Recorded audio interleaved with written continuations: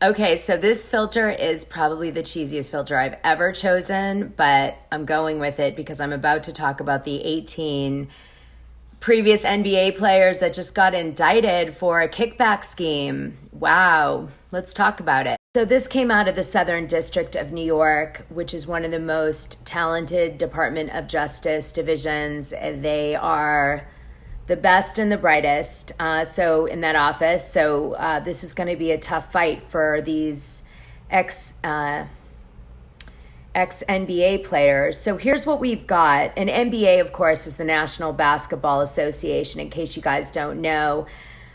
So the gentlemen that have been impacted were listed in a press release that the Southern District of New York Justice Department released, and it was Terrence Williams, Alan Anderson, Anthony Allen, Desiree Allen, Shannon Brown, William Bynum, Ronald Glenn Davis, Christopher Douglas Roberts, aka Supreme Bay, Melvin Ely, Jamario Moon, Darius Miles, Milton Palacio, Ruben Patterson, Eddie Robinson, Gregory Smith, Sebastian Telfair, Charles Watson Jr., Antoine Wright, and Anthony Roten.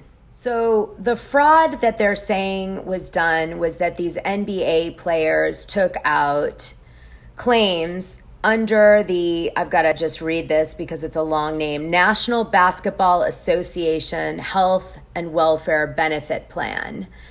And so I guess, if you are in the NBA, afterwards you get a bunch of health benefits forever to, I guess, guarantee that you have good health care after you play ball. And also, if you have any injuries that are long-term, it probably helps address those specific needs to being a pro basketball player. Because, let's face it, their arms can be insured for millions of dollars because they're worth that. It's like parts of their body are worth millions of dollars. So it would make sense that they would have some enhanced health benefits, following their NBA time. So it looks like what happened was there was a total of $4 million that the Justice Department alleges were fraudulent claims that were made against this basketball organization, of which 2 million were from 18 NBA ball players and one spouse. So that's about $105,000 per person. So now what's going to be interesting is whether or not they split the case. So will the NBA players want to go in front of the judge and say, we want our case done, separately, or are they going to want to keep the case all together with the 18 or 19 other people? So this is what their defense is going to be thinking about now. It's strange that NBA players that, end up in a situation where they have to file false claims to get $105,000. I think, there is something to be said about looking at why this actually happened by so many players. Are they not being taken care of properly after their time on the NBA? It just seems strange to me that this many players would agree to defraud. So I always try to give both sides, okay? So I'm just going to say that it's strange to me that so many ex-NBA people have a malfunction with their moral compass. You know what I mean? Or is there some other reason that this is happening? I'm even as a prosecutor, I'd be looking into that as well. Okay, so let's just say it's greed for the sake of the allegation to move on.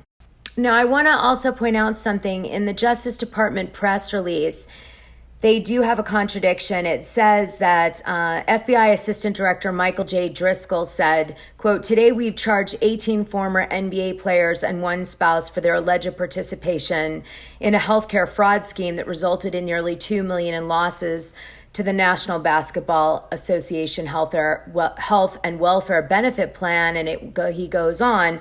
But then lower in the press release, they say that those gentlemen I listed engaged in a widespread scheme to defraud the plan by submitting and causing to be submitted fraudulent claims for reimbursement of medical and dental services and that weren't rendered over the course of the scheme. The defendants submitted and caused to be submitted to the plan false claims totaling nearly $4 million. So there seems to be some discrepancy, like maybe there was $4 million in claims that result. So maybe in order to get their, the $2 million in money, they had to actually submit $4 million in total claims.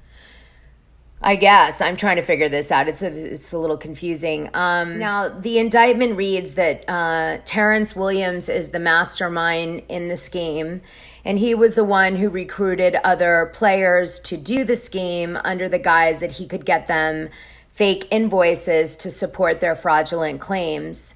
So Williams ends up getting a chiropractor to help him with the scheme.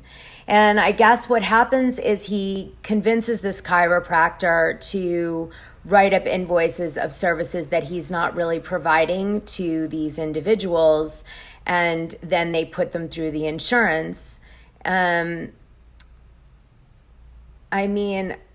There must be other medical participants besides a chiropractor, though, because they say that there's other medical services that were expensive and dental services that claims were filed around. And where the prosecution is focusing is that they're saying that they have proof that some of the players were actually in a different state based on flight records from where they're saying the services happened on, a certain day. So like Larry, let's say, was in Kentucky when he got a dental service in Miami or something.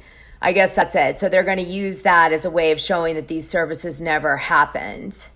Because I guess that's really the key to this case, is that the prosecution has to prove beyond reasonable doubt that these players did not get the medical services that the company, the basketball healthcare program, paid for. Okay, so in return for his provision of false supporting documentation, this is Williams, many of the defendants paid Williams a kickback totaling at least $230,000. Williams also used the personal identification information of an employee of the administrative manager, which managed the plan in the course of the fraud scheme. So this, wow. Well, they are still, even the press release says they're innocent until proven guilty. They will have to go through, validating that they actually got these medical procedures, that they knew that these claims were being made, that they weren't made without their knowledge, and the prosecution, when they indict, they do it off of the information that they have. So it's possible that some of these people, when they get further into it and they interview them later, if that happens, it's negotiated with their legal team, they may turn out that, they did get the procedure and they can prove it in some way, or they may find out that they didn't know a claim was being made with their identity. So, usually, it really does need to kind of continue further before anyone is judged too much in this particular case, I think. And I do think that the prosecution is doing their best. And obviously, you shouldn't ever file a claim with an insurance company if you haven't had the procedure done. Never, ever, ever. Another case similar to this was Michael Lohan, Lindsay Lohan's dad. I did a whole thing about it in the Patreon if you want to learn about it on Dishing Drama, Dana Wilkie.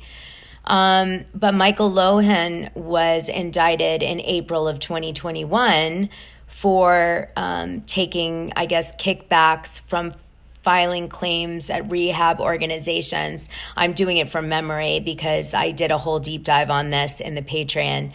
But anyway, that's like, you know, the cliff note. Okay, you guys. So, I mean, let's just hope justice is done, whatever it is, right? Justice be done. Let's hope it's fair.